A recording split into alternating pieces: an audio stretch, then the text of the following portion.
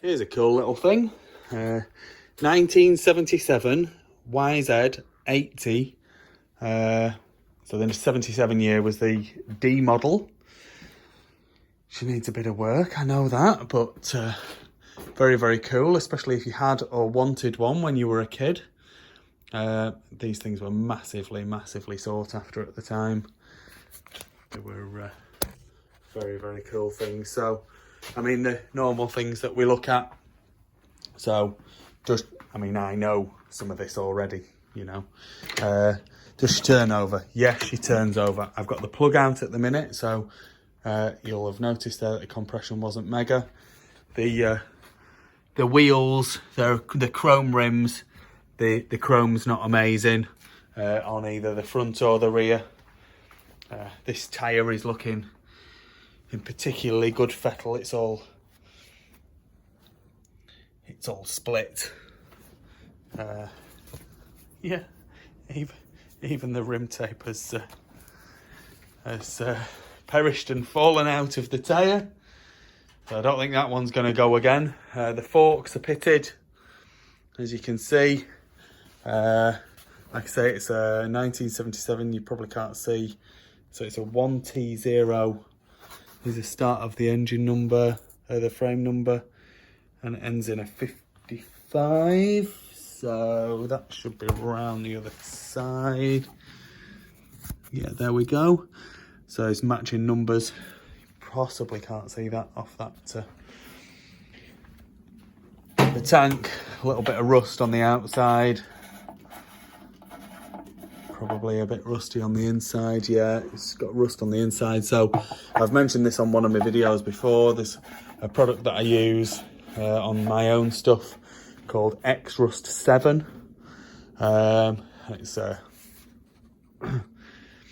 It's not a solvent, it's some kind of enzyme. I don't understand the science of it completely, but anyway, it's a good product to put in the tank to clean the rust out. And then ideally, I think they do another product which prevents the rust coming back that you use after X-Rust 7. Or the other option is to then put tank sealant inside, which will then prevent it from rusting up again, really.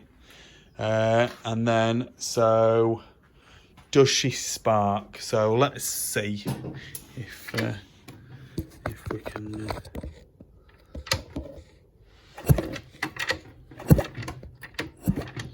I can't.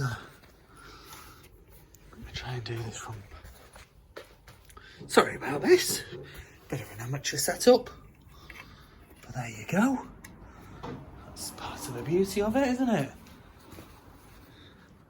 Oh, before we do that, the exhaust pipe, although it's a bit rusty, it looks to be in good condition all the way around.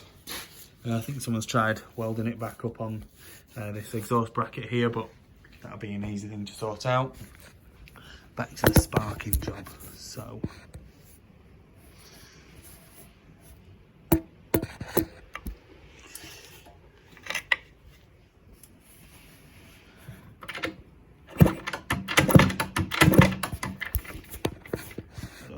See that.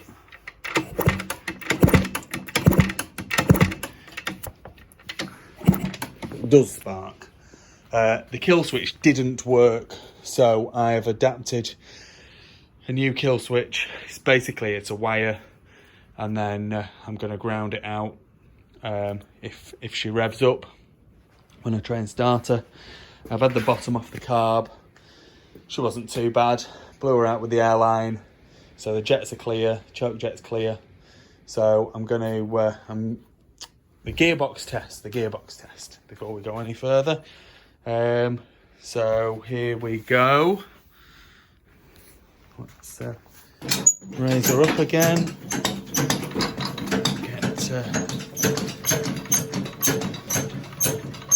I will be getting myself a better ramp at some point. Just had some new toys delivered today. I've had a new compressor, which is going to help me with my sandblaster. And yeah, so funds this month don't run to a better amp. Anyway, so there we go. She's in neutral.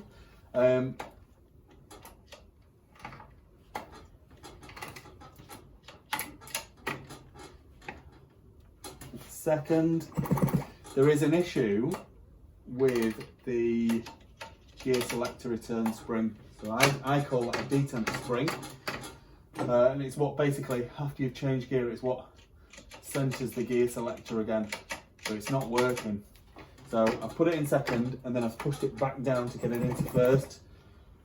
She's turning over and spark plug's going like a good one. Second gear, third gear, fourth gear, fifth gear, and that's the top of the gearbox.